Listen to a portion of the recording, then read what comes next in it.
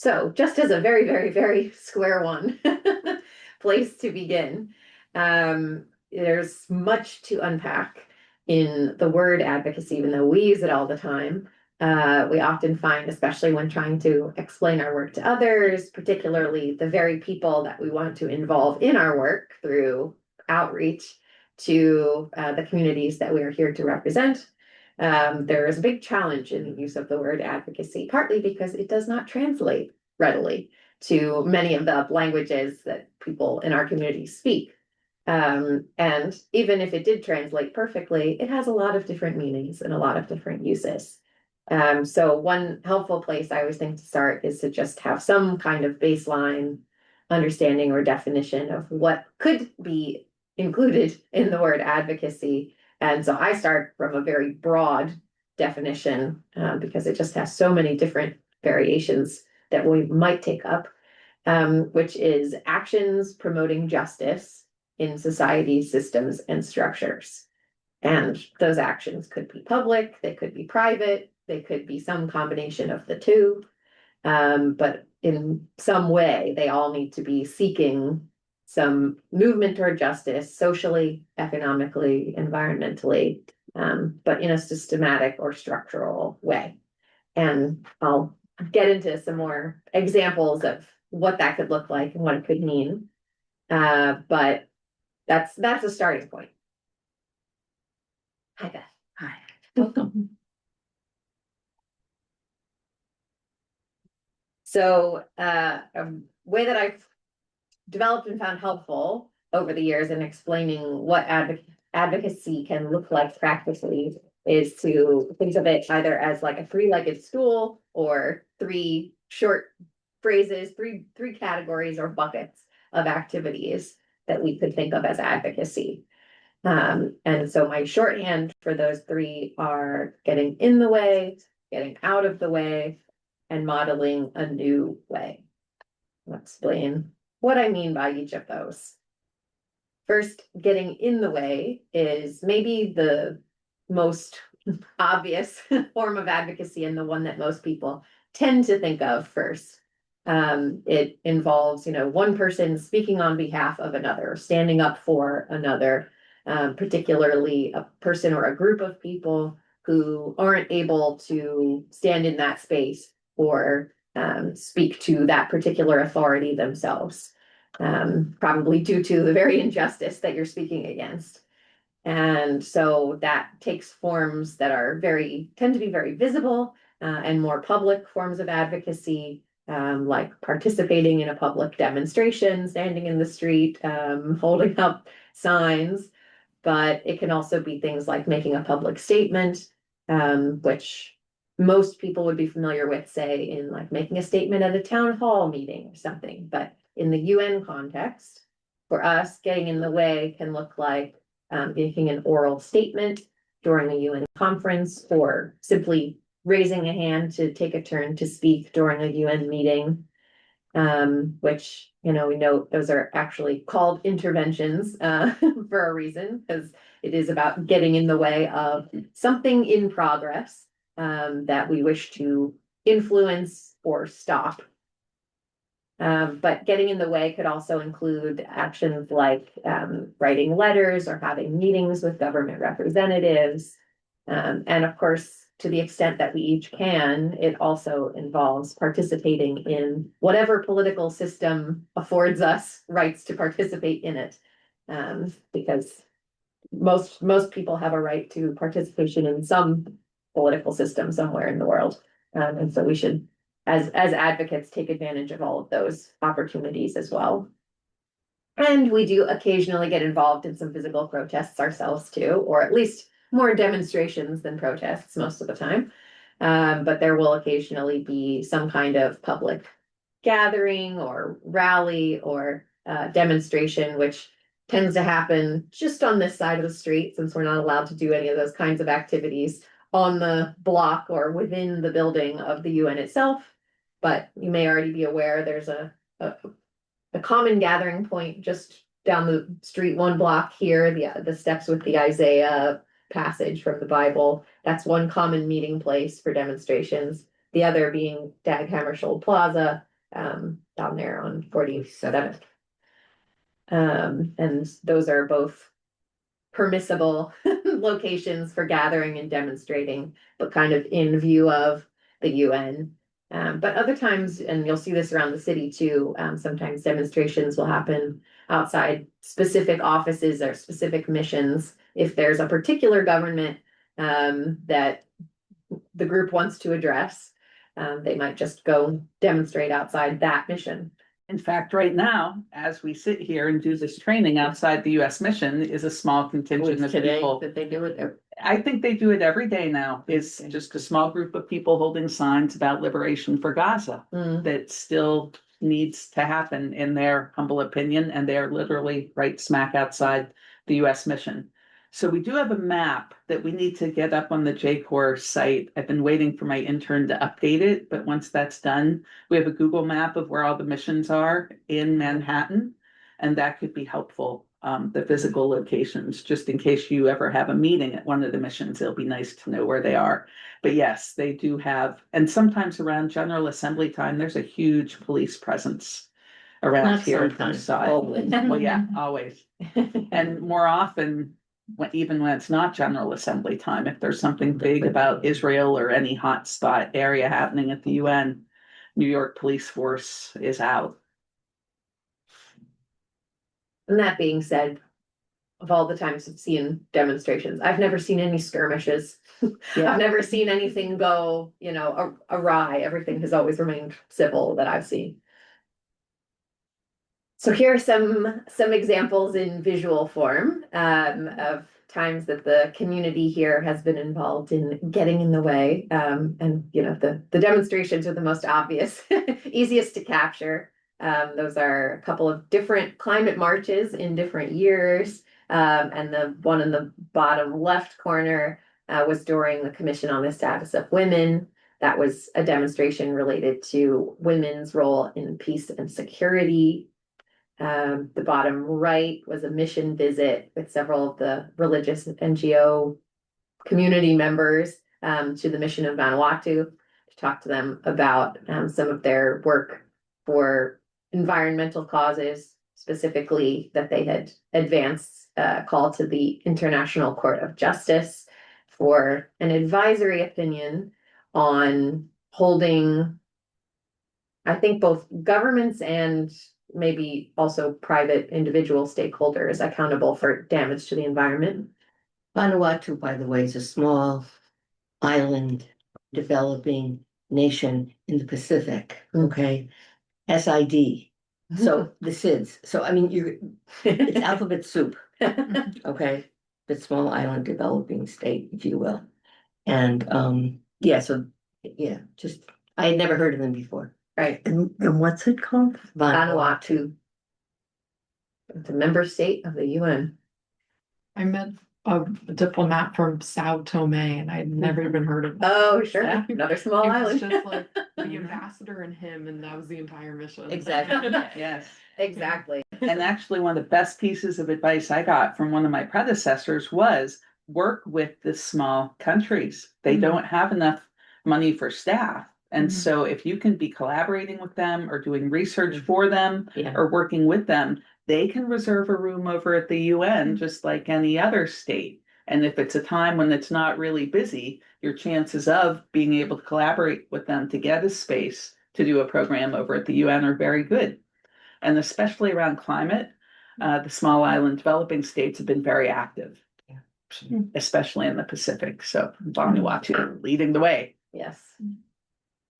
And then in the middle, a couple examples of times that members of our community spoke about causes during UN conferences by either being a panelist or sponsoring an event. So times that people who are here kind of on a permanent basis as representatives speaking to larger situations of injustice and on behalf of others. So pretty much everybody you see in these photos is either a member of a religious congregation or somebody who's working in their NGO at the UN. That's Dusty, isn't it? Isn't that Dusty? Oh, yes, on the left, yep, in the top, on the top left photo, that's her. She's the pretty. Yeah, and you'll see Cecily there, and there are a couple other Good Shepherd team members there as well. Another example, this was something that we collaborated on a few years ago with our network that we have in India, which was to respond to the unjust imprisonment, political imprisonment of a Jesuit priest, who was basically being targeted for his work with tribal peoples in India.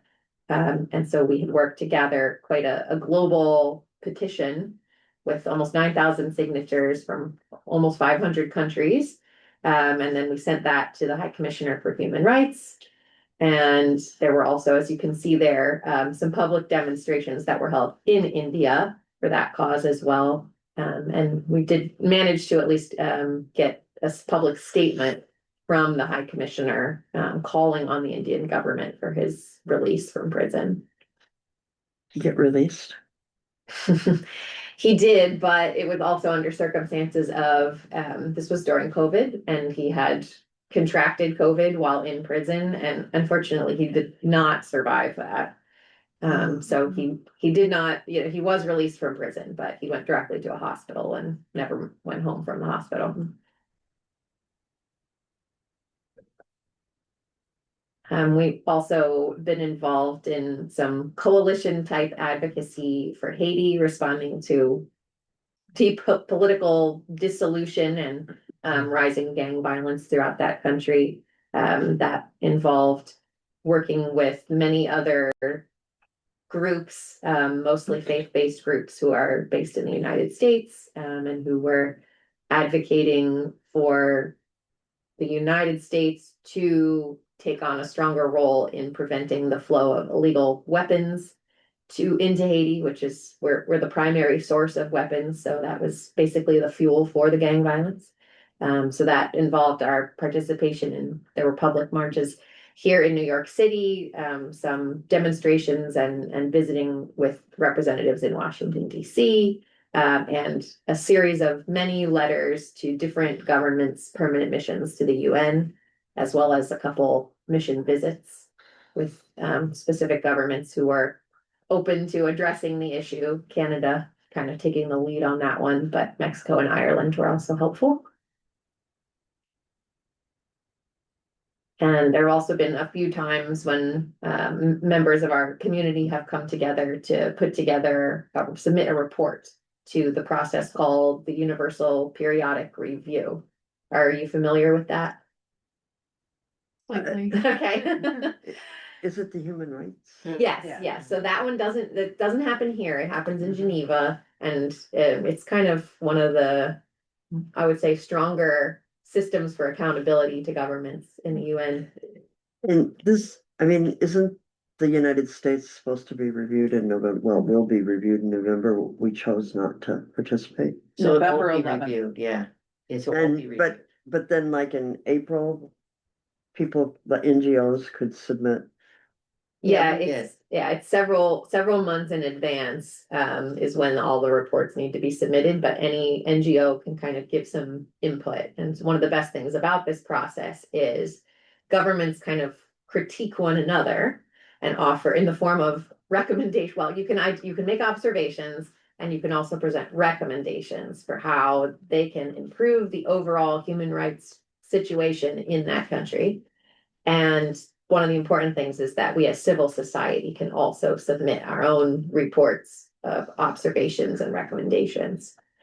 So we've done that collectively a few times. And actually last Thursday, down on the second floor in this building, there was a big event called the People's UPR. So just because the US government thinks it's pulling out of the UPR process does not mean that the people of that country, in this case, our particular country, allow that to happen. So there was a big event where people came and gave witness and testimony. It was actually, ironically, co-sponsored by two law schools, SLU, St. Louis University Law School, which is Jesuit, and Northwestern in Chicago. And so those law schools sponsored the event last Thursday afternoon, where people came and gave witness and testimony. And what they're hoping to do is share that information then with the UN in Geneva. So at least there's a record, right? If a country says it's not going to participate. And I heard there were well over 150 submissions from various non-governmental organizations by April. And I think they're still collecting two-pagers. Now, the law schools, the people's UPR process, not the official government process. But there are lots of ways to get the word out there and stand in the way. I was Get part in of the a group way. of 5 who submitted a UPR, and I've done it so far 4 times. First time Brazil with 4 of my colleagues. Second time Burkina Faso, then Democratic Republic of the Congo, and USA this year. So you can do it. They prefer if you do it as a group. I did not do it through J-Court any of the times. But, that is one of the ways that we can begin to have an impact.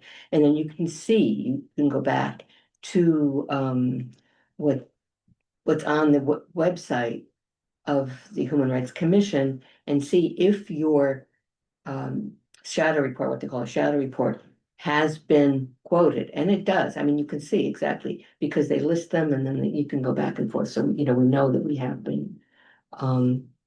And because what they do then is they gather recommendations, comments together from all the UPR, all the shadow reports, and they make one single report, but then they make reference to the individual ones in the process. So you know. So it's not only J-Core, you can do it as an individual. They prefer if you do it as a group. I've always done it. There's been at least 2 of us on any one. So did J-Corps do one this year for the United States? We did not, no. The only one we formally submitted as a coalition was for Haiti, which we did now 4 years ago. It was 2021. But obviously, as Barbara was saying, yeah, the different sometimes- collections of the group here have independently. For example, through together. Run, the last time the US was up, this was in 2020, a small group of us, I think Kevin took the lead. Kevin Colley with Edmund Rice International is very knowledgeable about all the human rights processes, as is Barbara. The good news is online, there's a lot of great resources. There's like a whole UPR toolkit, so you can really train yourself quite well if that's the type of stuff that you all follow. And the thing is, what they're asking for is to get information from people on the ground. Yeah. But so I would only do for countries where we have a presence where I can get information from people on the ground. Okay. And try to find other NGOs that are in the same, have people on the ground in that particular country. Because there are, what are 15, 20 countries a year or something, I'm not sure, something like that, that are. That sounds about right, yeah. Yeah. Anyway, so. Are you saying that we could still submit something to the law school? This informal group, the People's UPR group that's headed by some of these lawyer folks. I could give you a name, email address of a professor in St. Louis, who I'm sure would be happy to take something, and just so it's part of the informal record. Because we don't know what's gonna happen in this country, even 4 years from now, so we want it to be recorded. The Dominicans are interested in doing that, so if you would give me that, I would be grateful. So did anybody among the religious NGOs submit this year for Yeah, the, we did. There were 5 of us. okay, and is that report available somewhere? Yeah, I'm sure it is. I mean, but you need to focus on basically 1 or 2 topics. Yes, that's what I And you have figured. to do it in light of the former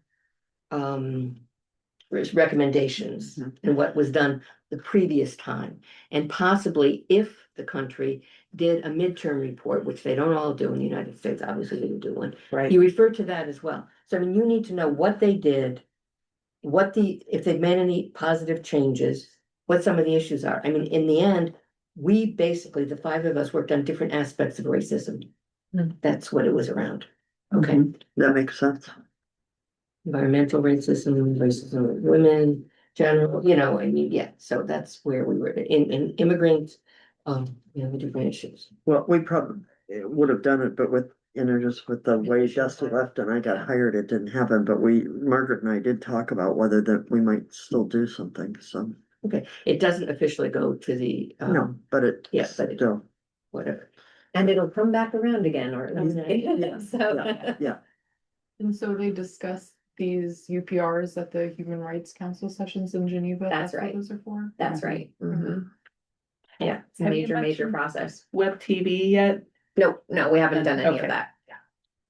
So, yeah, so the country presents their own report. So if the US were doing it this year, they would present their own report. Okay. Okay, and then every other member state who is present there can make comments or give their, Okay. say things about that too.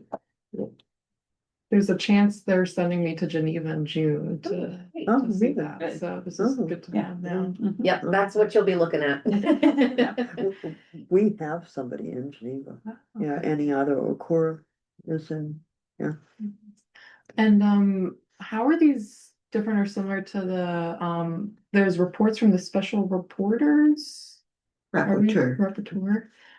Like I went to an event last week and there the special rapporteur on the human rights of migrants was there and he was discussing the Mhm. report that they had put out. So is this tied to that or is that something like separate? It's essentially independent, though obviously pointed in the same direction all around human rights. But whereas this sits within kind of the proceedings of the Human Rights Council, Mhm. the special rapporteurs are kind of a whole different mechanism within Okay. the UN system. And so they are designated, with a very specific mandate like that one, the human rights of migrants, or, there's another one on sexual violence in the context of conflict, but they're all kind of pretty specific. And so that individual is designated to kind of bring expertise in that particular area and to infuse the overall conversation and handling of that situation with a lot of theoretically independent expertise. And I don't mean to demean it by saying theoretically, only that, every human being comes from a particular background with a particular perspective. But anyway, just to say they're more like there is also something called independent experts. But I would say special rapporteurs, there's something called special representatives of the Secretary General. And then there are independent experts, but in general, those three groups are meant to kind of bring expertise in a particular area, which could be applied across all different kinds of countries. And so they're just called upon when there's a need for expertise in that particular subject. So they might show up in all kinds of different meetings across different bodies within the UN, just to bring that expertise. they actually work for the UN, right? Mhm. Okay, was that the one on moving people out of the country, Yeah, the yeah, external oh, I was at taxation. that, yeah, that guy was Yeah. really good, Yeah, yeah. it was really interesting. And so do they also like do calls for inputs from NGOs? or- Sometimes. Okay. Yes. Yeah, believe me, there's 100 things that you can give input in. At all times. Yeah. Yeah, anything. Well, and I hope we talk about that just a little bit about how do you make your, priorities in terms of, I think Beth will get to that. Cause that is, that's a huge part of what it comes down to, how to stop your head from spinning long enough to decide where you can contribute something. So, okay, well, I'll move on to the second category of advocacy activities. And I want to name this one as being superior to the first, which makes the stool analogy a little bit flawed. Because in the stool, the three legs are equal, but this is, when possible, better to get out of the way than to get in the way, which means to create opportunities rather than speaking on behalf of others who are experiencing injustice, if you can, to create an opportunity for that person or that group to speak to their own experience. And we have several ways that we're able to do that because of the accreditation that our NGOs hold. in the UN, because that in and of itself, even though we may look at it and say, well, we're the least powerful people in the room inside the UN. Well, that may be true. And at the same time, we're in the room, which means we still have a lot more privilege than most other people who couldn't even possibly get in the room. And so some of the ways that we can kind of hand over or open up that space and give that opportunity to others is through organizing events, sometimes panel discussions inside the UN or adjacent to the UN, where people can come from different corners of the world and speak to various experiences of marginalization or injustice that they personally have experienced. We can also provide different forms of support to make it possible for them to either come to New York or a different place where a UN conference is happening, or to enable them to be technologically connected to those proceedings, meaning virtually connected, by providing some type of financial support, technology support, training in how, when, and where to engage virtually with a UN process. Making people aware when there's an opportunity to collect testimony or submit testimony, whether it's for something like the Universal Periodic Review or another kind of consultation that the UN might organize. Just making sure that people are aware of those opportunities and kind of facilitating the connection, connecting the dots. And another is to, whenever we hear of ways that different marginalized communities may be organizing themselves and perhaps putting out their own statements, we can help to amplify those by sharing them around with our networks or sharing them with anyone we have a connection with in the UN itself, to try to carry that voice into spaces where it may not be heard or even known, its existence may not be known otherwise. And one way that we try to do that in JCOR has been through a training program that we offer specifically for one of the UN processes that happens here in New York, which is the High-Level Political Forum on Sustainable Development. And that is essentially the SDG Progress Review Forum that happens each year in July. And during that forum, it's about 40 countries every year will have their governments present a progress report to the rest of the UN community, the global community. And as part of that process, in addition to the government making their report on progress, there's also a very small window of opportunity for civil society to also ask questions of that government and to give their own observations and response to the government's perspective on progress toward the sustainable development. And so we spend several months preparing delegates from around the world, some of whom may have the opportunity to actually come here and participate in the forum, some of whom will follow it virtually. But to get everyone as involved as possible in knowing the process is happening, paying attention to what their government is saying about the situation in their own country, and to the extent possible to get their voices into that little statement that will be made on behalf of civil society during the forum itself. And in 2 instances, we've been so fortunate to actually have our own delegates be the person who gets to speak from the floor during the forum on behalf of civil society from their whole country, which was really exciting. And then the third category of advocacy activities is the modeling a new way. And this one is maybe the most difficult of the 3 categories, because it involves actually changing ourselves and in a continuous way. It requires continuously evaluating how our own institutions and our individual behaviors actually affect situations of justice and injustice for others in the world, and then making changes as possible and as needed in order to lessen the harm or damage that we might be doing with our own personal or institutional behaviors. But that becomes advocacy only when we tell the story of what we are doing. Otherwise, it's just, being a good citizen and a good neighbor, and those are important. But it's really only advocacy when we tell the story about it, not for the sake of celebrating ourselves, but for the sake of offering a good practice that could potentially be adopted by others. And I think one of the critical components of it really is trying to push back against an overall loss of faith that things can be different.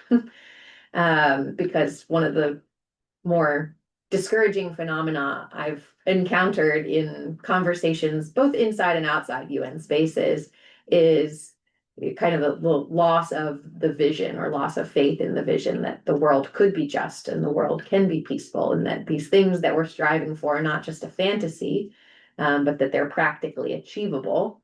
And we must insist on that, because otherwise we're working hard to get to a world that we don't actually want.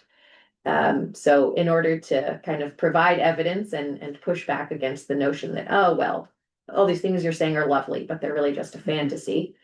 It's really helpful when we can offer specific examples of exactly how we are taking steps toward achieving the exact thing we're asking government to achieve. And that requires analyzing ourselves on every level, from, our consumer behaviors, how we produce waste, and how we dispose of it, how we travel and how often, where our money is invested, again, personally and institutionally, the ways that we use media and technology, and how well we're willing to work with others for the common good. SDG 17 on partnerships. Yeah. And that phrase, the world we want, was very popular during that time period leading up to the creation of the Sustainable Development Goals, right? From 2012 to 2015. In fact, it's a hashtag. You can still find lots of great materials looking at hashtag world we want. So that's one good phrase to keep in your minds, right? I mean, growing up Catholic, I had heard a lot about bringing about the kingdom of God on earth. I prefer the phrase the kingdom of God, because it's a lot more inclusive and less patriarchal. And that, as Christians, is what we're called to both envision and enact, which might be another tool that we can use, or a story we can use in this time of Christian nationalist rising in this particular country. And speaking of stories, Teresa, I was wondering if you might say a word about the collaboration that we've been talking about and hopefully will come to fruition this year. Is it with UISG around storytelling and data collection? Yes, so we're working on developing a new program now to develop skills in storytelling, particularly storytelling that integrates the use of data, kind of the hard quantitative factual information. But that is a skill set that we find many people in our global community and network maybe don't, they probably have some more skills than they realize, but don't have confidence in their ability to collect data and to present it in a compelling way. And when it comes down to it, storytelling is a lot of what we are here to do, whether it's in the form of collecting input and observations for a report to the Human Rights Council, whether it is delivering someone's personal story in the context of a side event for a UN conference. It's about bringing the reality and the humanity into whatever decision is being made or what agenda is being set. And so in an effort to do less getting in the way and speaking on behalf of others, but to allow more opportunity for others to speak for themselves, we saw a need to kind of build up that capacity outside of those of us who are here in New York, to be able to tell their own stories and relay their experiences in a powerful way that would speak well and be persuasive to the UN community. So we're working on developing a program that would help with that capacity, and we'll be collaborating with the group called the JPIC Commission, which is a shared entity between UISG and USG, the global conferences of Superiors General. Yes, yeah, UISG is the women's group in Rome. yeah. USG is the men's group in Rome. So it's the International Union of Superiors General, UISG of women, Union of Superiors General men. And they exist in Rome for Superiors General. Okay. Of religious congregations. They just Yeah. met, didn't they? Yeah, UISG meets, what, every 3 years? I think so. Yeah, and they have a big meeting in Rome. And yeah, and they meet in May. Yep, They they always met. meet in May. I'm not, and they meet at the, their G hotel on I think it's a Via Aurelia. Anyway, I spent time in Rome. USG, I'm not sure when they meet. And they work together somewhat. I mean, they're not like in Latin America where the two, I mean, it's women and men together. But they do collaborate somewhat. What does Jay's pick as? Justice, peace, and integrity of creation. Oh, okay, and that's the UISG group, right? Yes, so Okay. this shared group is Yeah. called the JPIC Commission. Yeah, so it's- I know JPIC, I'm just like, Sometimes JPIC Rome because it's men and women, not just UISG. Right. UISG and USG. Mhm. It's the two. Yeah, they jointly And organize it. when we were talking about storytelling yesterday, this is what we were talking about, right? Yes. Okay. Mhm. Yeah.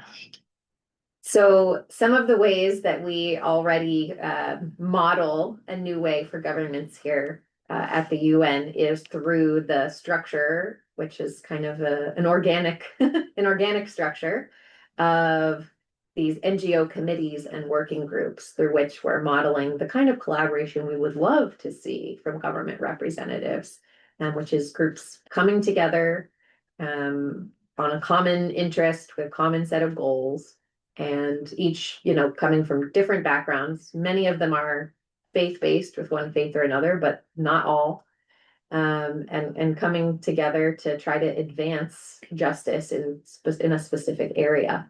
And this, I think, is quite an impressive and fascinating ecosystem that has evolved here.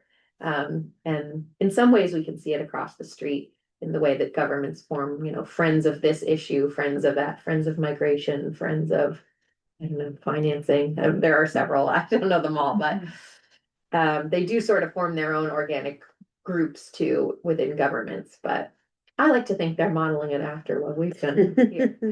Just so you know, usually they're not spelled out. Mm, FFD is Yeah. financing for development. right. CSTIP is the Committee to Stop Trafficking in Persons. CSW, Committee of Commission for for Status of Women. Committee of Religious NGOs is Kringo. So, you have to get used to the alphabet soup as well. And we do have a resource for that, which I'll Beth will go show over you that. in a bit. Got a little code that will at least decode many of them. But there are more happening all the time. So there will never be a complete directory of UN acronyms, but we've got a pretty good starter set. We belong to us, I think. Yes. Mhm. Yeah, and these are just, there are more than this, but these are the ones that tend to have the best representation from the religious NGOs. And in fact, are often led by members of the religious NGOs. Right. Some cases founded by. And there's a much nicer logo now for Committee of Religious NGOs, Oh. Kringo. Okay, So we need to update that. all right, great. It sounds like Kringle, which comes Or- from Racine. And it's so Bingo. good. It's wonderful. Yeah. I love it. And so this is another example of modeling a new way is in many of the written statements that we submit to a UN process. We will include some portion of that statement will be dedicated to sharing specific good practices that our members are employing somewhere in the world. And so this was a statement from a few years ago that was submitted to the Commission on the Status of Women. And the theme had to do with the relationship between gender equality and care for the environment.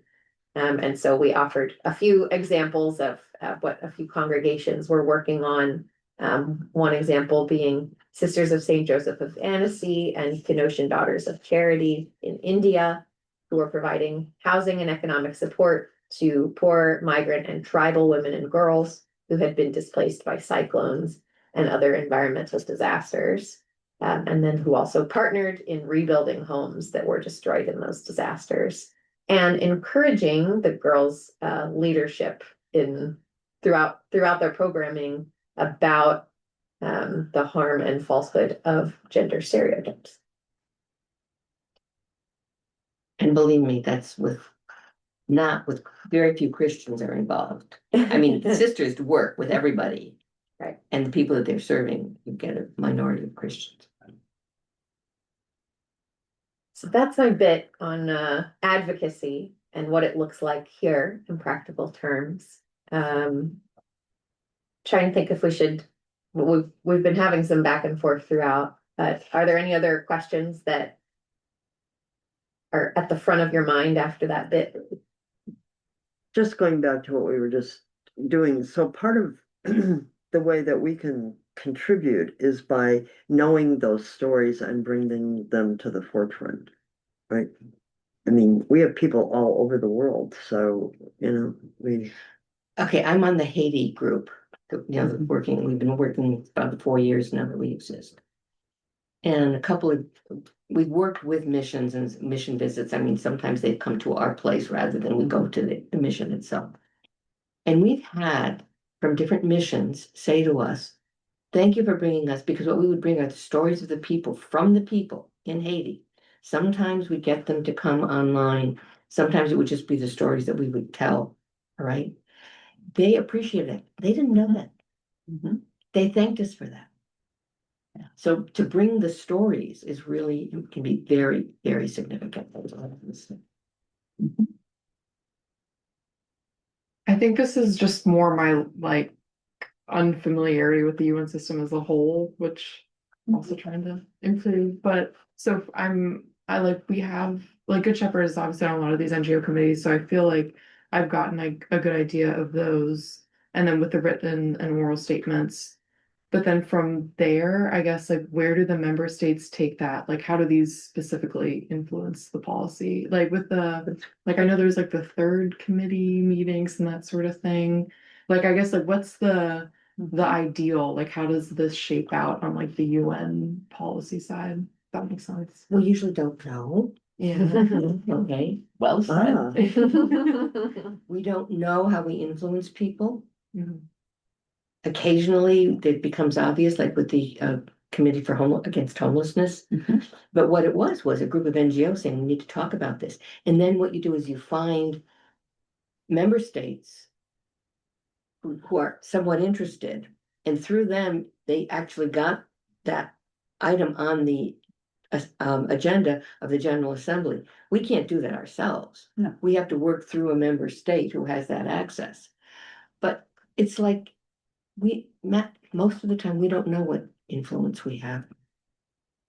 But we just assume that the drops keep wearing things away and get something up. So it's a journey of faith. This is where our faith comes into play. And the irony is sometimes we've been more successful bumping into a diplomat in the hallway and just, making a statement or saying something and saying, have you thought of this? Or don't forget about, this, or thank you for your work. We so appreciate it. That goes further than any of the things we work really hard on and put together and spend lots of time on submitting. And so, the personal connection's important, but just trying to keep track of the people, the diplomats from various missions is difficult because they do come and go themselves. And so it's a difficult thing to say, this is the linear pathway you follow and boom, here's success on the end. It's kind of like Earth.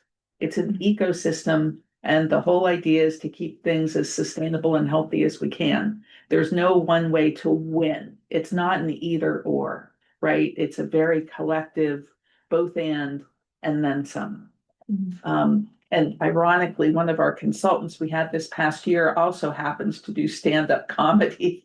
She's very fun to work with. And I guess one part of stand-up comedy is yes and. Right. So to agree with whoever you're, talking with or doing a shtick with and say yes and take it further. And so that's in some ways civil society's role at the UN is to say, yes, we agree with what you're doing and let's do this as well, or have you thought about this? And how can we have the UN be more responsive and accountable, especially in Security Council, right? Yes, and how can we even further help those left furthest behind? Because we say that's our stated goal. And also for us to be the moral eyes on the UN based in ethics and values. And sometimes, especially in more difficult moments in history, progress is simply keeping them from moving backwards. Yes. Which there are, various moments when that is particularly great risk. And so it's just holding the line. So it doesn't necessarily look like progress on an absolute scale, but the value of the presence is holding the line and not allowing things to move backward with regard to essentially things always come back to the human rights framework. And we've now in more recent times also recognized that it's not simply the human rights framework, but also the sustainability of our global ecosystem. And that is, I think, a significant component of what we do and what the UN at its best is trying to do, is to just keep things moving ever forward, even though political winds tend to shift in every direction. But that maybe we as a global community can only move forward and never backward. And that takes a bit more force and a bit more effort sometimes than others. But maybe, and I'm not sure if this is more the angle you were getting at with your question. I think it's important to understand that UN policy, as it were, takes the form of things like an agenda, like the Sustainable Development Goals. It's just saying like, hey, these are our priorities as a global community. This is what we want to focus on. This is where we're going to put our energy collectively. So shaping that agenda is important because it becomes the framework for most development related activities that the UN might sponsor, and kind of requires governments to frame all of their good works in that framework of this is how it contributes to our shared agenda. So sometimes we're looking to shape an agenda. Sometimes it takes the form of actual international law. That happens very slowly, much more rarely does that kind of get put on the books. But it can take that form in the form of, say, like major UN conventions that have been established over the years. It can also take the form of, like, for example, the example of the International Court of Justice and this new advisory opinion regarding, what capacity do individuals have to bring a government to court for failure to protect them from environmental damage, etc. It can also take the form of there are resolutions that might be adopted by, say, the General Assembly, the Human Rights Council, the Security Council, which you might look at as another form of an agenda, really. They tend to be quite aspirational. Sometimes they're describing aspirations more than current realities. But again, it's about, what point in the horizon are we aiming for? And to try to keep that to keep the aim in the right place. So if we're not aiming in the right place, then we're really in trouble. And even though I think common critique of a lot of UN documents is, their lovely vision, but they're so aspirational, they're so far from where we are now. But it's just I think a simple truth when you step back from it to say, but you have to say where you want to go. You have to set the goal, and it should be ambitious. We shouldn't aim for less than what we really want. And we need to stay focused on that. Even if it is far away, we need to be pointed in the right direction, and we need to be taking steps in that direction. As people say, journey of 1,000 miles begins with a single step. We're just trying to take those steps with each bit. And then, practically speaking, a lot of the real reality changing stuff, that comes down to whether or not a government really takes it to heart and implements it in the form of national legislation, which is why it's again important to be in touch with members of our global community. It's not just that we're getting stories and information from them, but we also want them to know, hey, did you know your government promised to do this in a UN conversation? And then to kind of mobilize as much as possible those that we know inside the country to then put the pressure on at the national level. And they can be better equipped to do that, knowing what promises and commitments their government made at the global level. Is there a J-Court training around human rights that's on the online? I don't think we have anything on human rights specifically. But We that have a would be lot of good segue. materials. Yeah. That would be, because realizing we're halfway through our Yep. time, I know Barbara has a I bunch have, I of was stuff 12 o'clock. prepared, so let's move on. First of all, I want to apologize for everyone that I was late. Part of the idea of being successful as a UN rep, if you could just start at the JCOR website, that's where I'll start my presentation. I'm going to give you a bunch of practicalities so you can teach yourself, which is probably the best way to do it anyway.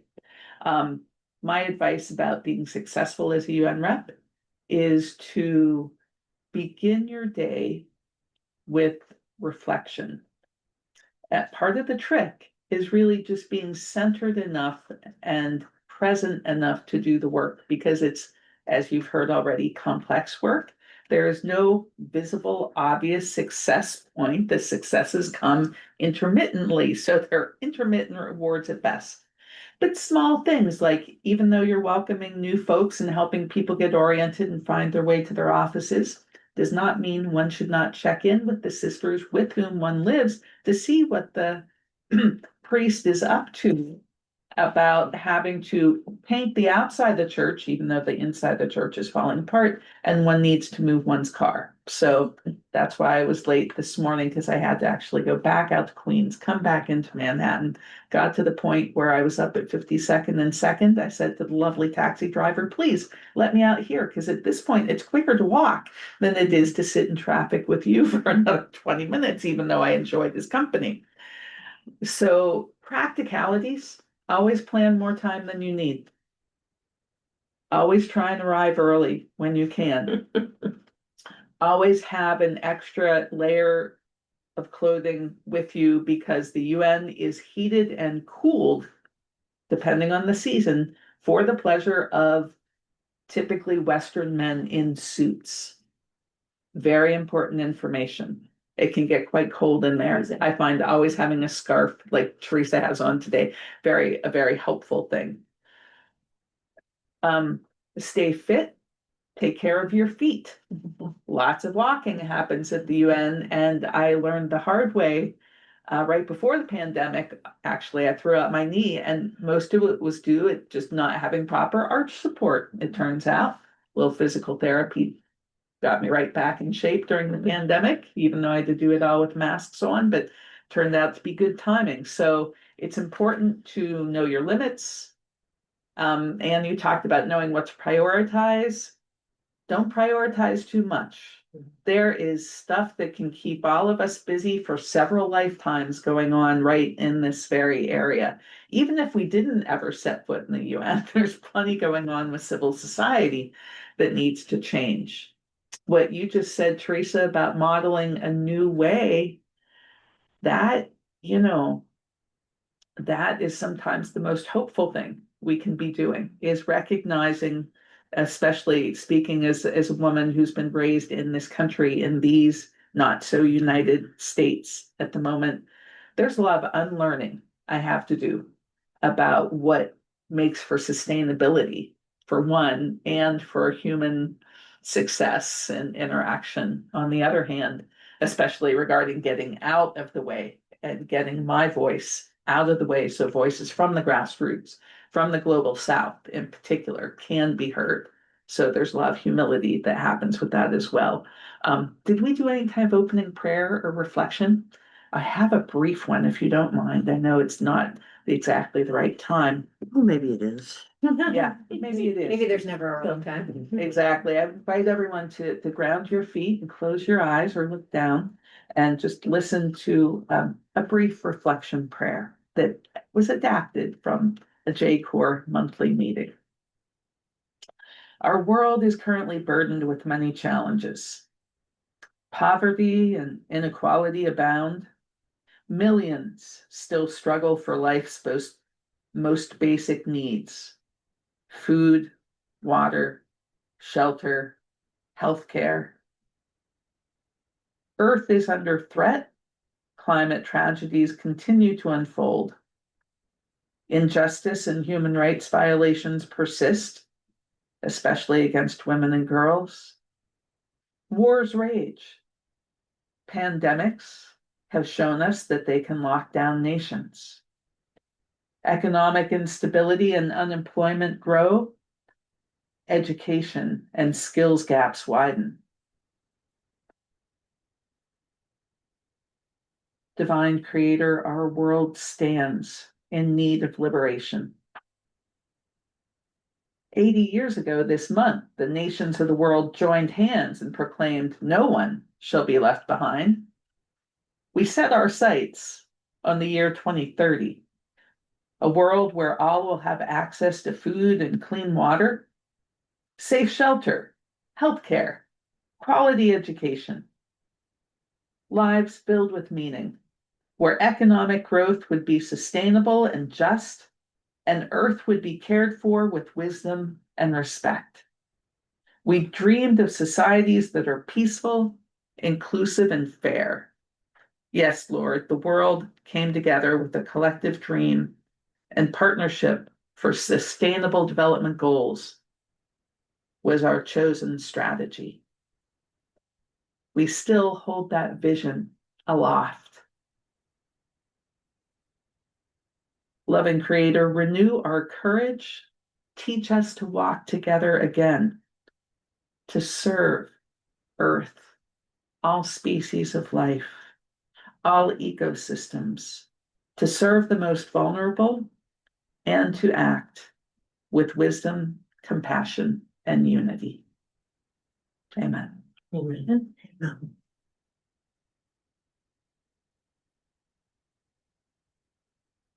Another helpful hint, when in the meeting, always turn down one's cell phone so it doesn't ring in the middle of the meeting. Yeah, I think we've all had that happen at one point or another. So I'm going to take everyone on a quick romp through the JCOR website and point out a few useful things and lots of resources that will hopefully keep you all busy and happy all winter long. And we are here, of course, to answer questions and, if people desire, do follow-ups on various topics.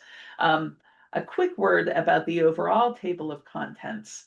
And I know Barbara will be talking more about the working groups and other major groups and resources, but I'll talk a bit about the UN system itself. We're going to start actually with the central websites, and then I'm going to tune you into some orientation videos that you will wish to watch at your leisure, perfect for a rainy or cold afternoon. And get yourself a hot bowl of soup and you'll be good to go. So if you could scroll down, first of all, to the JCOR orientations for representatives. I will note that the 2021 was just okay. I mean, it was all right. I'd say if you're going to prioritize these, start with the 2021 program there in the middle, because that happened in fall 2021, right before COP26, which was in Scotland. Especially if you're into any type of Earth advocacy work, be sure and tune into that Earth advocacy at the UN piece, because that's Kevin Colley talking right before COP26 with a wealth of information. If you're into human rights and homelessness advocacy, Jean Quinn is the experiential wisdom about homelessness advocacy at the UN. If you want just the overview of the history and some of the main pieces of the UN, which you probably already know, you can start with the origins and purpose of the UN there.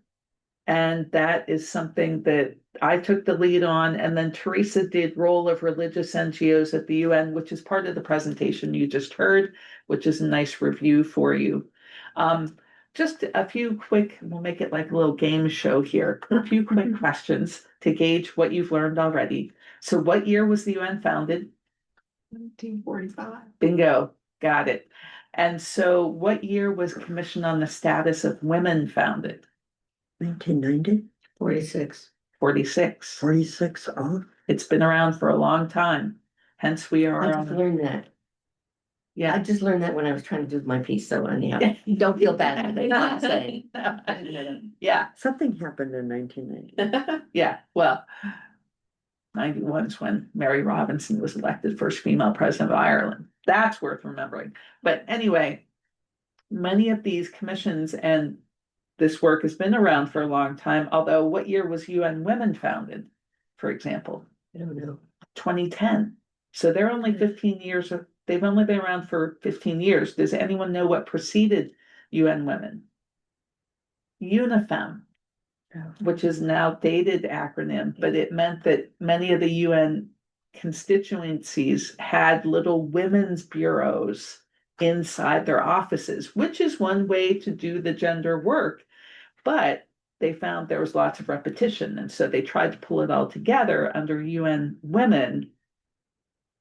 But then that kind of got siloed in some ways. So there are different ways we're finding out as a species to do advocacy and organization, and we don't have it right yet.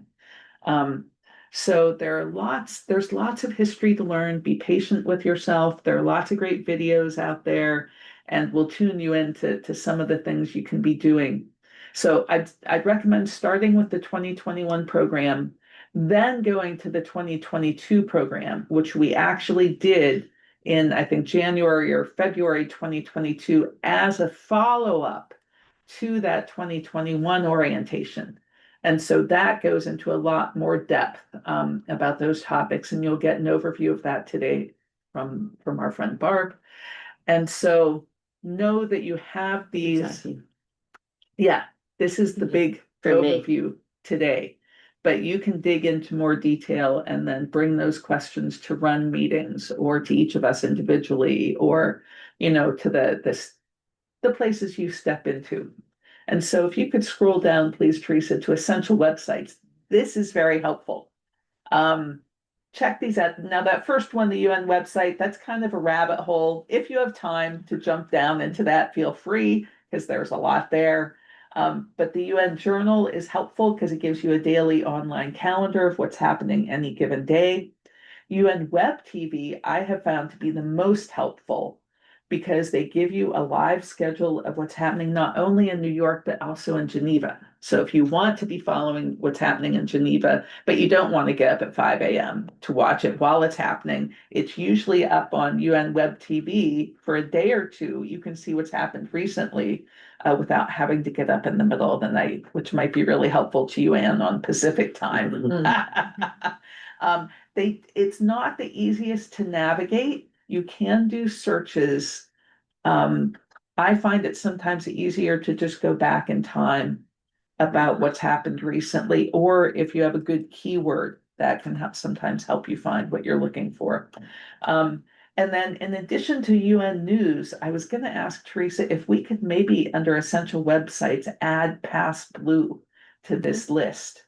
So there's a wonderful little organization. I do believe it's women founded and women led. It's out of Brooklyn. It's called Pass Blue, and it is I think it is a daily e-newsletter, but I get the weekly update on Fridays, which I find to be incredibly helpful. I get it every day. You get it every day. Okay, good.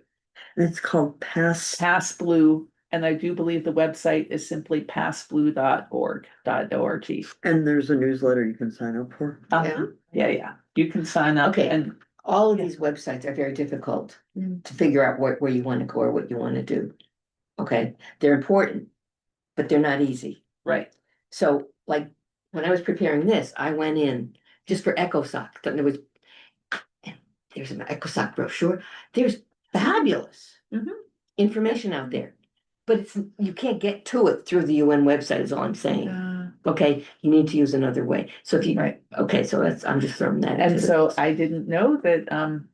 The security officers are taking a sick day today, or was it yesterday, to protest plan Yesterday. benefit cuts. Good. Good for them.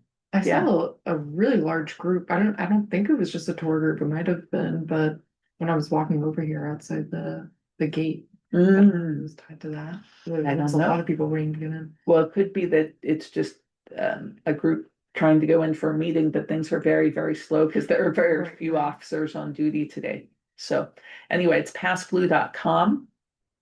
And you don't have to pay money, although they will ask you for money to have a subscription. But and they have an informal vote going for the next UN Secretary General, which is great. It's all different women.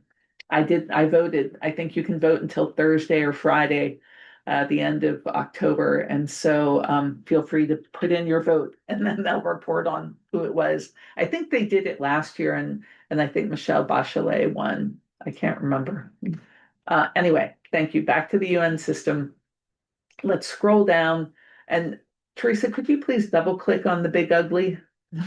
That's my pet name for this this poster, this graphic, which is Terrifying. unfortunately and ironically the only graphic we have that has all of the 6 organs, they call them, right? The 6 major organs of the UN and their associated offices in one place. So my pet name for it's the big ugly.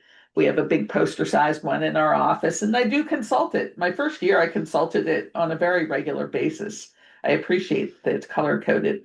And so these are the different principal organs of the UN, and we can chat more about each of them. I wanted to make a note, the one in purple, the International Court of Justice, is the only one that doesn't really have a secretariat or supporting offices. It's kind of its own thing. Where is it located? The ICJ in The Hague. Yes, so it's kind of its own thing in many ways. And then also the trusteeship council at the bottom in beige, that is the only one of the major organs. We can't say it's not functional. It has completed its mandate. And the main mandate of the trusteeship council was to help countries coming out of colonization and becoming functional governments.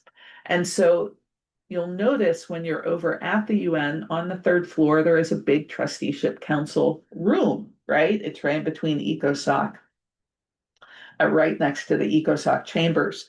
And so there are lots of possibilities about what this chamber might turn into. Some people are saying we need it to take on artificial intelligence and the ethical questions coming up with artificial intelligence. Other people say we need it for space, to legislate space, outer space, to make sure we don't, to have some organization of who puts up, what into outer space. Other people have suggested it needs a focus on gender. So it's unclear what will become of that particular chamber that's now the trusteeship chamber, and the council itself will, I think, undoubtedly morph into something, but we're not clear yet what. I don't know if y'all have heard anything recently about. Yeah, we'll see what happens. Anyway, the secretariat in the yellow lime color, that is the UN Secretary General and his support staff. And so to the right of the secretariat, you see departments and offices, of which there are many. And his office, of course, is up at the very top of the UN Secretariat building. I've heard there's a marvelous view from up there. I've never been. But I have been to meetings, I think as high as the 27th floor, and I thought that was a great view. Economic and Social Council, that involves a lot. And yeah, many of the things you'll hear about that we're involved with are through ECOSOC. Security Council doesn't involve quite as much, but is often labeled as the most powerful organ of the UN, although the least democratic. Because of the P5. Do y'all know what the P5 are? And explain it, because I didn't see Anne raise her hand, so this is good. The US, China, Russia, France, UK, Yep, Mhm. good job, Charlotte. the winners of the Second World War. Right. Yeah, essentially. Of the 15 members of the Security Council, the P5 can veto. They have veto power, and that's one of the biggest things that I hope does get changed in the reform of the UN. I don't know if it will, because of course they don't want to give up their power. I've heard that it's more likely that the Security Council might be expanded to include more seats than just 15. You know, we'll see what happens. Another not so functional part of the Security Council is that the presidency changes every month. And so those of us in civil society are kind of scrambling to see, oh, who's president of the Security Council this month? And this particular month, it's Russia. And the chaos that they caused for many of the women working in the women, peace, and security realm is that this week, the last week in October, is typically Women's Peace and Security Week. But Russia decided to celebrate women, peace, and security and the 25-year anniversary of Security Council Resolution 1325, which is one of the landmark resolutions on women, peace, and security. They celebrated it back on October 6th and did a very small, kind of almost just a nod to the 25th anniversary of this important document. But the fact that it changes every month means they get to set the agenda. And frequently, not always, but frequently enough, the country puts on the agenda important items with which they're interested. In other words, that can be a positive as well. Yes, exactly. And I will say, when Ireland was on the Security Council, and all the other countries other than the P5 can only serve for 2-year terms, and they are selected by the General Assembly, and so they kind of have to lobby. So when you're over in the UN, you'll see these big, posters of countries lobbying to be on the Security Council for 2027 to 2029. But when Ireland was on, this was very wise. They got together with the country that was right before them and the country that was the president right after them. And they were especially trying to tackle the issue of the lack of girls' education in Afghanistan and or other topics of interest. And so it can also, another plus, Barb, as you noted, is that it can offer opportunities for multilateral organization and pushing certain agendas. So, and the General Assembly, of course, is the other iconic part of the United Nations that people have heard about. And I would say it is the most democratic part because one country, one vote.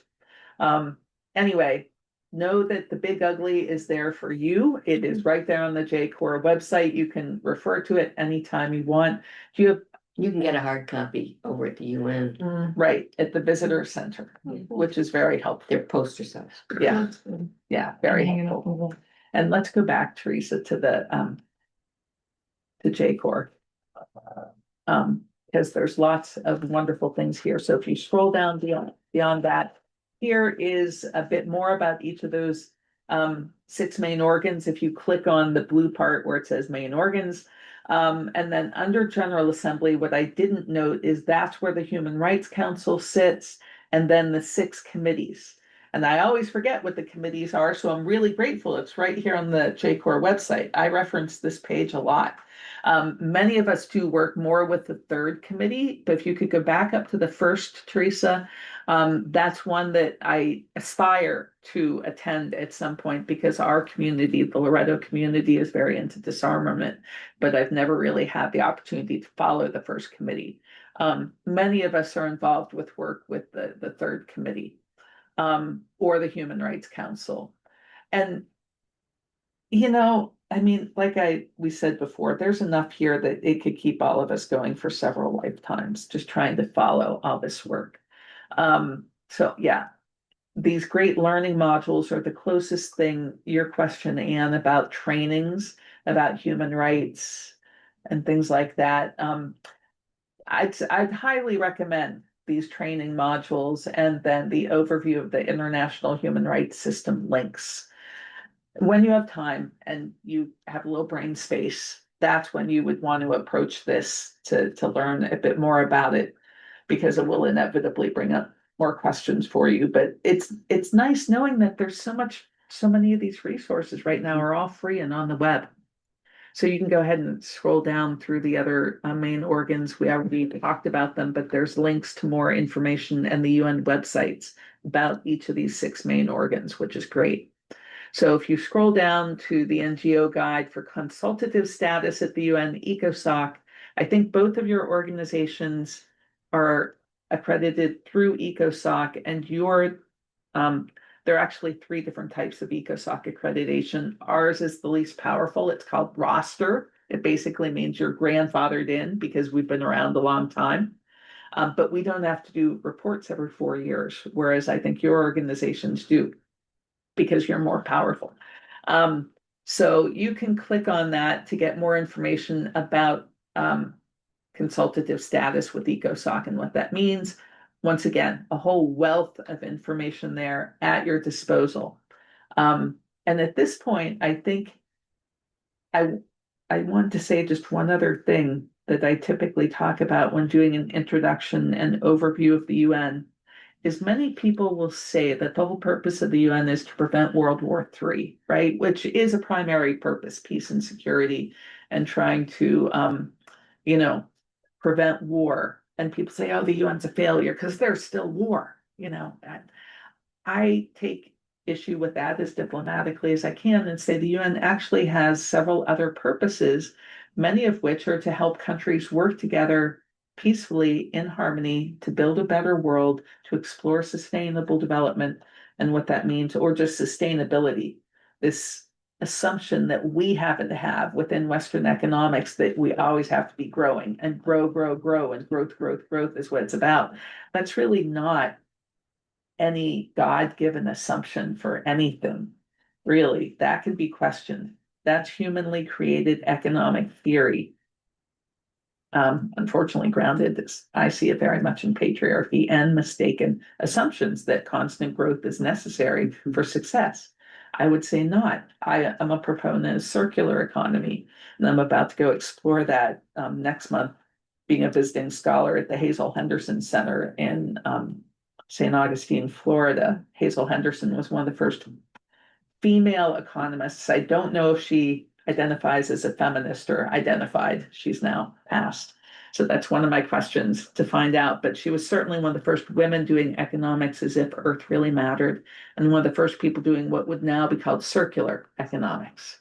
And so I'm very excited to get to explore some of her work and take that into conversation with folks during the climate talks next month that occur. What was her name again? I'm sorry. Hazel Henderson.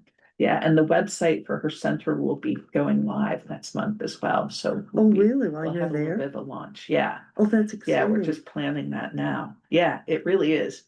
So I'm very excited about that. But as we look at the complexity of the UN, it does still operate very much in silos, right? It's kind of like a higher ed institution where you have the different schools or departments or different majors all kind of, they've created their own culture, their own infrastructure. And rather than behaving as an ecosystem, right, especially a healthy ecosystem with the biodiversity at the edges, it operates in more of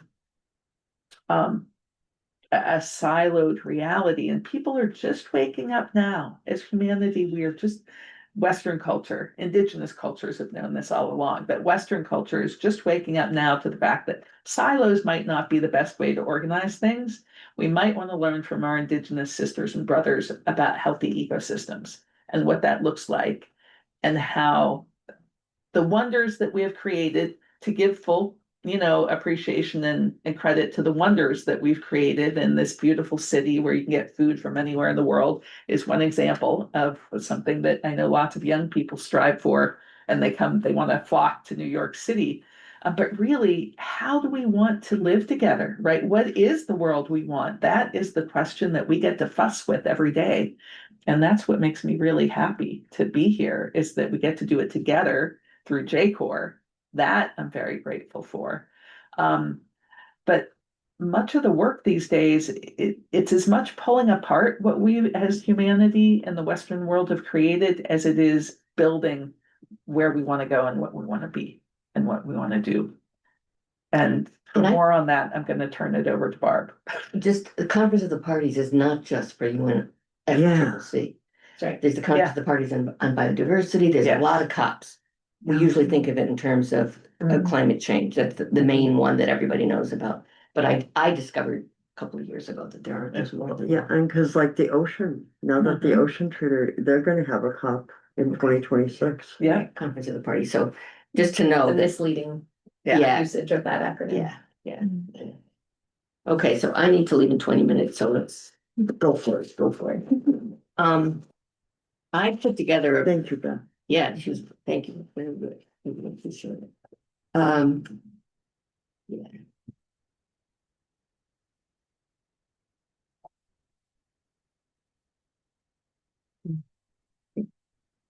Sorry. Let's start at the beginning. Okay, I'm just gonna talk briefly about some of the UN commissions and the UN participation, the ones that we are most involved in. Okay, I'll start with that. Yeah, so under ECOSOC, the Economic and Social Council, we have the functional commissions, of which there are 8. I'm only gonna even begin to talk about 2 of them. All right, there are a lot of others. And they are made up of members of the member states here in New York or Geneva or Vienna. So it's in representatives of the member states that are the members of these bodies. And they have a term, 4 years or 3 years, and a certain number, okay, in each one, and then it changes. And the functional commissions, so I learned, carry out the technical work of ECOSOC so that they focus on an issue. All right, and they make recommendations on that issue to try to provide policy options and guide the discussion on a given topic. And each one of the commissions has an annual meeting. So if you went into UN commissions, you'd see 8 different commissions with their annual meetings, some of which I didn't even know were going on. Some of which I did. Mhm. All right. For example, population development, I knew about that one. But the others on narcotics, I didn't know about them. So anyway, so just to say you can get a lot of information. And then expert bodies are different. They're similar in some ways, and they do technical work again in a given area that's of international importance, but they're not members of the missions. They are not members of the UN body in and of themselves. They are appointed by the UN. 8, I think, are appointed by ECOSOC and 8 by their governments. So why do I even bring that up? Because the Permanent Forum on Indigenous Issues falls under expert bodies. It's not a commission. Okay? And sometimes commissions can grow as the Commission on Human Rights grew into the Human Rights Council. So things can grow and change. This is a living organism in many respects. So we're briefly going to look at the Commission for Social Development, the Commission on the Status of Women, the Permanent Forum on Indigenous Issues, and then we'll get into HLPF. Okay, next. Okay. So the Commission on Social Development grew out of the first World Social Summit in Copenhagen in 1995. If people talk about Copenhagen, that's what they're talking about. Mhm. And the reality is, as Beth kind of stated, we always thought of development as economic development, money, money, money, money, money. Well, this began to change the conversation. Okay, so people are at the center of development. We need to look at people. We need to look at culture, and so it's poverty, getting people together to work together as a society, making sure they have employment and decent work. So it kind of changed the conversation. So this is right now, the Commission for Social Development takes these ideas and tries to move these forward. And on an annual basis, they have an annual meeting a year, just once a year. Okay, next. All right. So this coming year, every year, these commissions have a theme, a priority theme, right? And it changes from year to year. And this one was established at the end of the meeting last year, 2025. They get this document and they get the priority theme. So this year it's advancing social development and social justice through coordinated, equitable, and inclusive policy. So the focus this year is on policies. Okay, I'm going to look at the 3 commissions Okay, and then I'm gonna look at how we are involved in them together. I think it makes the most sense. So the next one is the Commission on the Status of Women, which I discovered, thank you, Beth, 1946. It came into existence. And it has 45 members right now, and it deals basically with the equality of women. And it's, at this point, its focus is to monitor and review progress in the implementation of Beijing Declaration and Platform of Action. So Beijing was this huge meeting of CSW in 1995, in Beijing, obviously. Thousands of women were there. And last year was the 30th anniversary. And I actually went to one side event where it was women who had been there and talked about their Mhm. experience Ooh. and how amazing it was. And so they were able to give input into this document, which continues to be the guidelines for women's equality, gender equality, um, the end to violence against women, women's education. There are so many issues around women. I mean, I'm sure you know a lot of them, but I'm sure we can certainly discover a lot more. Okay. So CSW in 2026, well, the CSW always has two themes. They have a priority theme and a review theme. And the priority theme, sometimes they're really short and sometimes they're really long. Okay?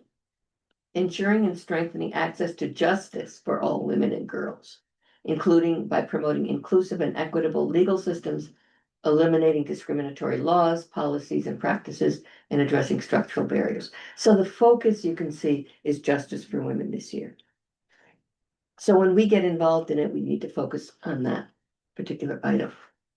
And the review theme, it's from a couple of years ago, is women's full and effective participation and decision-making in public life, as well as the elimination of violence for achieving gender equality and the empowerment of all women and girls. So they do these two themes. The priority theme usually gives us the direction that we need to, if we're giving input, we need to kind of always in light of the theme of the given year. Okay, yes. May I just add? Sure. And the concept of the review theme is, it was the priority theme of several years prior.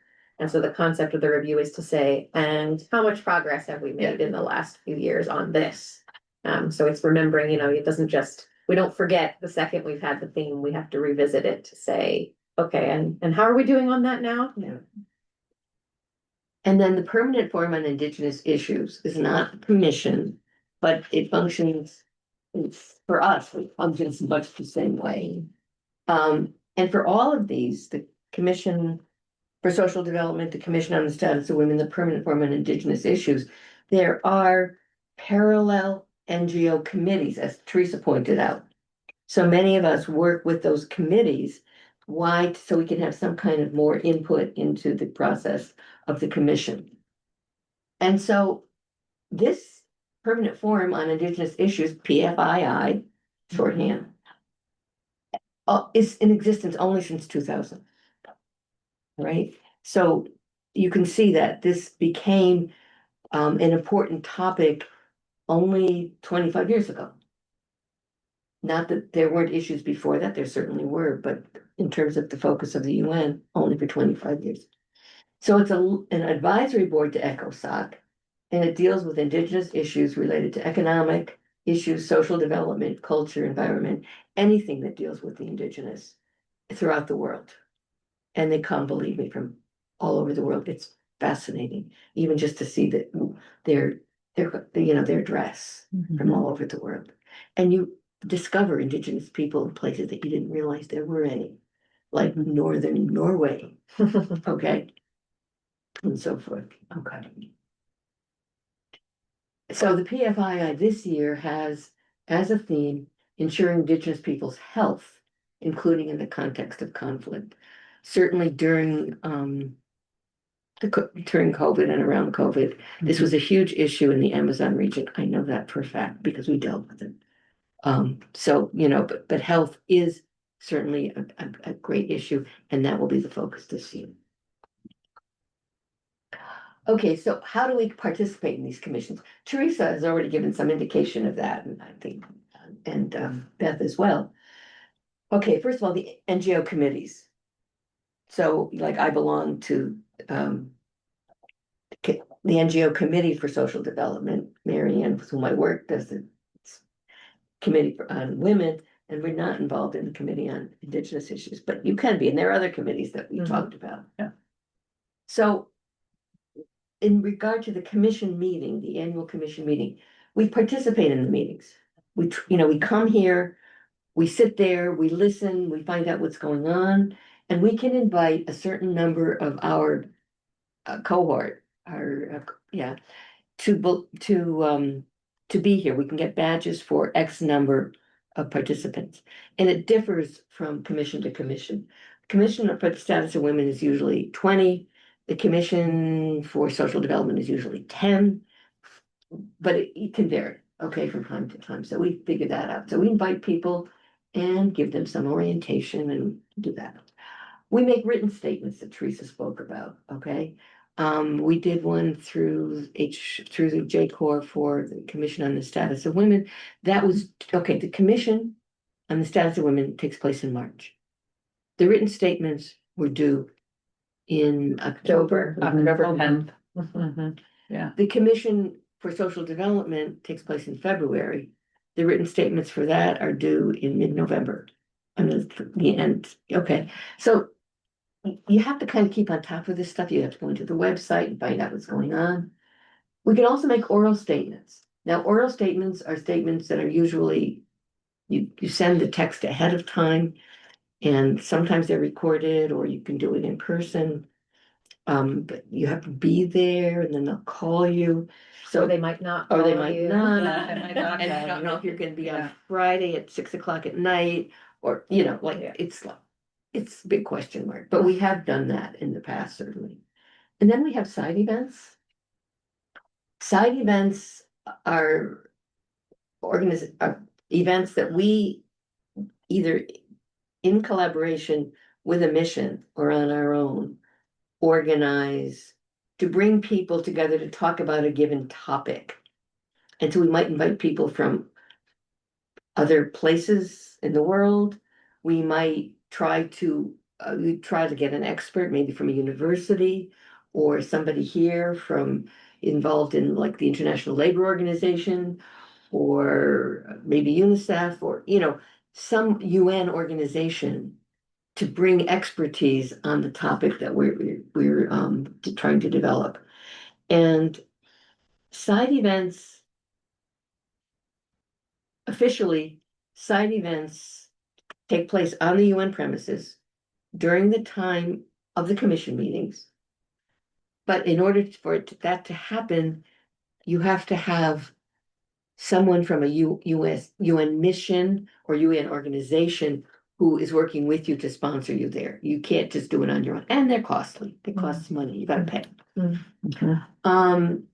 What are parallel events are similar, but they're off the UN. They're not on the UN premises. Like here during CSW especially, Church Center, Salvation Army, Armenian Church, different places, different buildings around here, depending upon where people can get a space. So we sponsor these. We get involved in them. Some, whatever. I've moderated some for different commissions at different times. Okay. One Yeah, go ahead. question that Joan Peckel, who couldn't be with us live, but wanted to ask about the number of delegates for these commissions. She wanted to know, does the allowed 20 badges, say, for CSW, does that include the annual badges that have already been dispersed at that point, or is it 20 additional? Everyone has to register. You have to register through, what is it, what they call it now? Indico. Yeah. And if you have a UN badge already, or if you don't, you're supposed to you are to register. If you have a UN badge, you can get into most things without registering. But it's to your advantage to register just for numbers. And then like, if I needed more than 20 for CSAPD, which sometimes I'm not for CSW, which has happened occasionally, Mhm. I'll ask another NGO. If they have any that are free, so, we share that way, register to that. Okay, two other things very quickly. During CSAPD, they have what we call a civil society forum. You have a commission meeting going on, official, UN. But the civil society forum is organized by the NGO Committee for Social Development. And what we try to do is raise awareness on the priority theme and how we see what needs to be said with regard to that priority theme. So that goes into what we call a civil society declaration, which is 3-4 pages, which is developed by one of the subcommittees of NGO CSACD. And that is presented to the UN. The chair of NGO CSACD is invited at the opening of CSACD, has a seat there and presents the civil society declaration and speaks as part of that opening panel, if you will. Mhm. And one of the things that we try to do during the forum and during our side events or parallel events is to bring the voices and experiences and recommendations from the grassroots, so that which Teresa mentioned. I know I'm on the subcommittee, the CSACD, NGO CSACD subcommittee for grassroots, and we've gotten in, we bring their voices in different ways, sometimes through videos, sometimes through people, sometimes through written in responses to questions that we've asked them.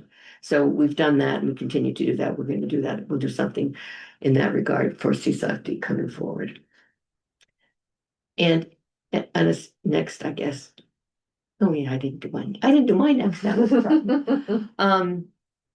In a similar vein, but very different, Mhm.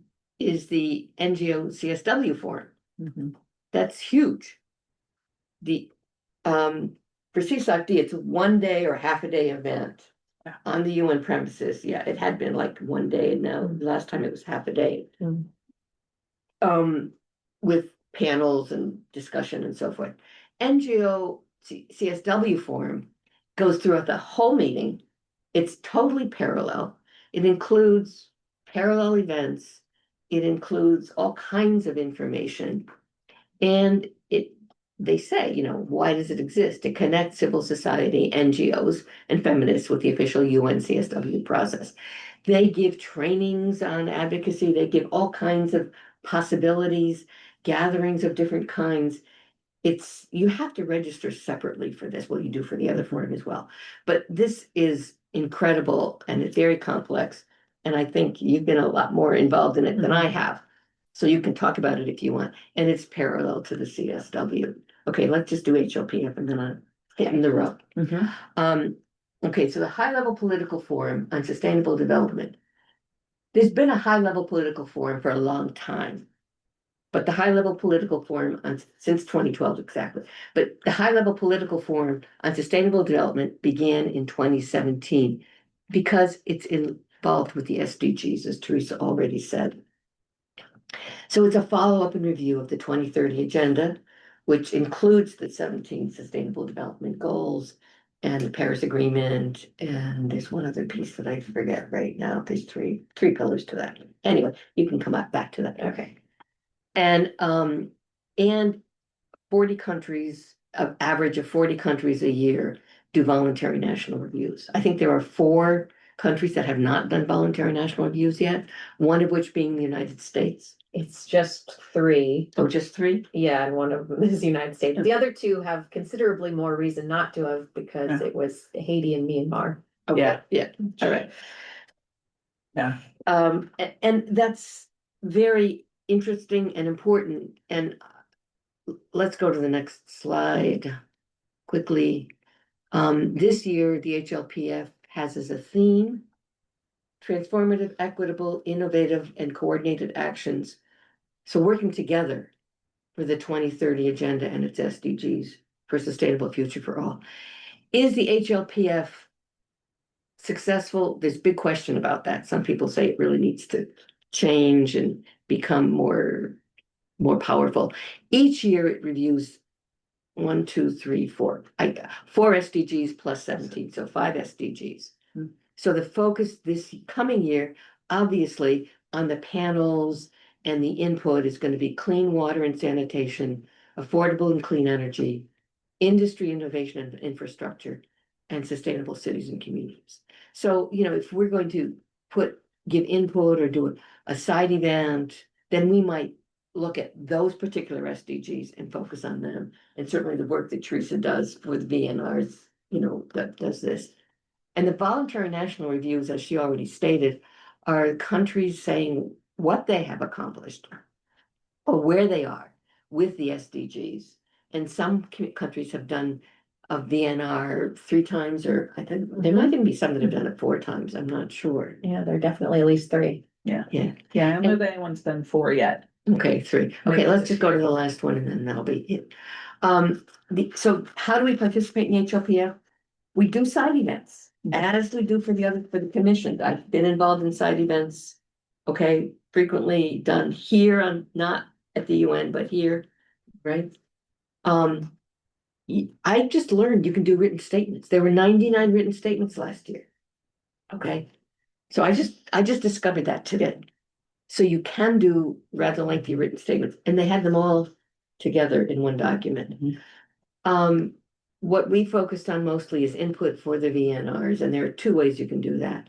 Some countries, they're supposed to open the process to NGOs or to civil society. Many of them do not. It's hard to figure out how to get your foot in the door. But if they do, then we can be involved in that. But then there's, through the J-Corps, there is another process that, tries to bring people in and get them involved in that. Okay, thank you very much.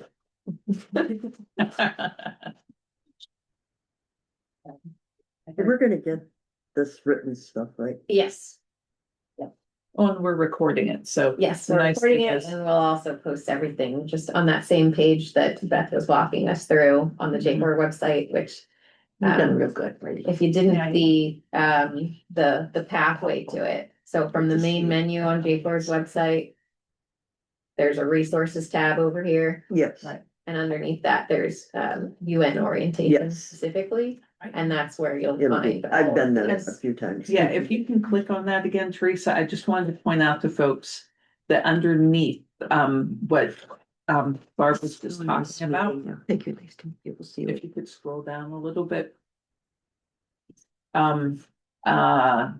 The documents, UN framework documents, they're all right there. And I refer to these on a regular basis as well, especially the UN Charter itself, right? The International Bill of Rights, which includes that Universal Declaration of Human Rights, that December 10th is International Human Rights Day. And so that's when that comes out. And some people celebrate Human Rights Day every year by simply reading the 30 or so different aspects of the Universal Declaration of Human Rights. So the good news is they're all right there. And UN Security Council Resolution 1325 that I referred to about women, peace and security, there's the link right there. So, And if you like to read on paper rather than computer. Yeah. Which is what I do. They're little books like the UN Charter, book that this big. Yeah. The Declaration of Human Rights and so forth, they're available. I think you have to purchase them in the bookstore. Yeah. Can you get them at the, In the UN bookstore. UN bookstore, right? and you can get in there even if you don't have a badge to get that? You could get a day pass to go in and shop if you want. Yeah, you have to go to the, what is it, There's the bookstore in the basement. yeah, no, but Oh, the to get office the- to get yes. into the UN. Yeah. On the corner of 45th, is it 45th? Yeah. 46th, I think, and first. 46 of those. Yeah. No, not 46. That way. 45th. Oh, it is 45th. 45th, okay. Well, have fun. Thank Thank you. you. Thank you. I hope for your safe trip goes travel. well. Yeah, the thing is, I have to be home for a 4:15 meeting, so. Yes, from one meeting to And another. if the A long train is, commute. and if the train is late, I'm gonna make it. Mm. Yeah. All right, good luck. My May second the- train up. May your trains be on time. That's the wish for the day. Take care, thanks. Bye. Thanks so much. Oh, it was, Oh, do you want more? yeah. Well, I just wondered if you had any questions, and I wanted to show folks, because I know Anne might be interested in this. What website you go to book yourself a tour of the UN. Yeah. Have you had one already, Charlotte? Yeah, actually like separate from this, but Yeah. just last year or so. Well, nice thing, do you have one of the EcoSoc badges yet, the annual Yes, I ones? finally got it last week, so. So the cool thing, once you get these EcoSoc badges, is you could go on any tour where there's room for free. You just flash this badge Uh-huh. and you go up to the little desk and you say, hey, I see that on the 215 tour, you only have, 10 people signed up and there's still 15 slots. Could I jump on that tour? And they look at your little badge and This That's one of isn't the the benefits. badge though, right? this is an annual NGO EcoSoc accreditation. That's what we're badge. trying to get, right? Yeah, Yeah, okay. this is the There one. ain't no other. So I don't know about you, but I've gone on that tour now like half a dozen times at Mhm. least, and I learn something new every time I go. Okay. Yeah, yeah, so I'd recommend, because it's free once you get the badge. But it's Yeah. the EcoSoc that. Only the tour- EcoSoc badge. If you have like a Department of Global Communications badge, won't work for the free tours. But the tour is the UN tour? Mhm. Okay. Yeah, and so here we go. Here's the website right here.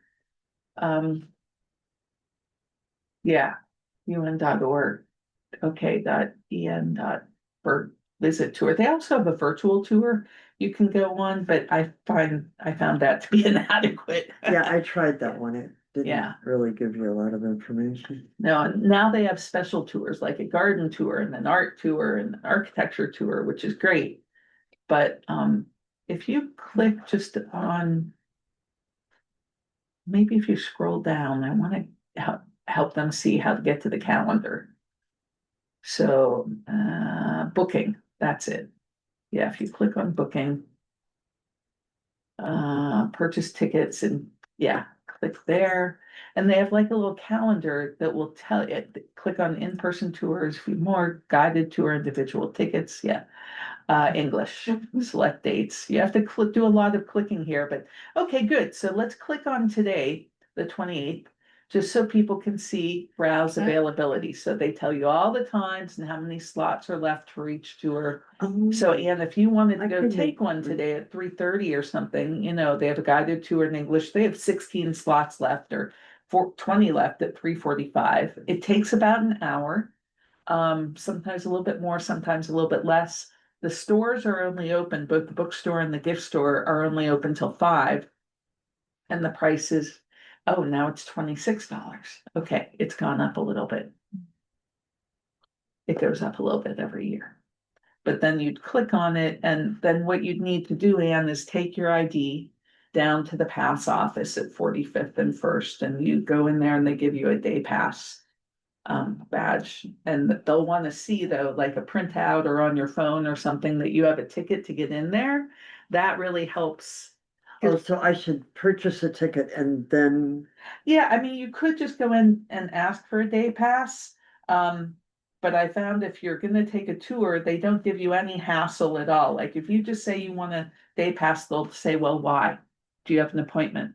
Are you meeting someone there? And you could just say, no, I just want to shop. And depending on the mood of the security guard that day, they may or may not let you in, right? But if you have a tour, it's just easier. I mean, usually they'll let you in. They tend to let us in because we're white. But people I know from other countries have gotten turned away for a day pass. Sad as that is. So, about like bringing guests, like the other, Good Yeah. Shepherd volunteer wants to come see, and now that I have my pass, like, Yeah. am I able to just, like, would I bring him to the office to get the day pass, even if, like, he doesn't purchase a ticket for the tour? Yes. And I can just be like, Yeah, you can here's say, my badge, you he's know, with me. yeah, here's my badge. He's with me. Okay. He needs to go into a meeting that I'm taking him to. So we need a day pass, or well, they probably wouldn't let you in for a meeting, but you can just say, I need to show him the UN and Yeah. the chapel and the public places are the chapel, the gift store, and the Okay, bookstore. okay. Yeah, Am I able, like, would I be able to take him around more of a tour or just like the public places? just the public places. Okay, To get in to the actual UN, that's why you have to pay for the money for the tour. Okay. Yeah, which is why it's worth $26. Or if he's a student, it's only 18. Yeah, okay, okay. It's good to know. Yeah,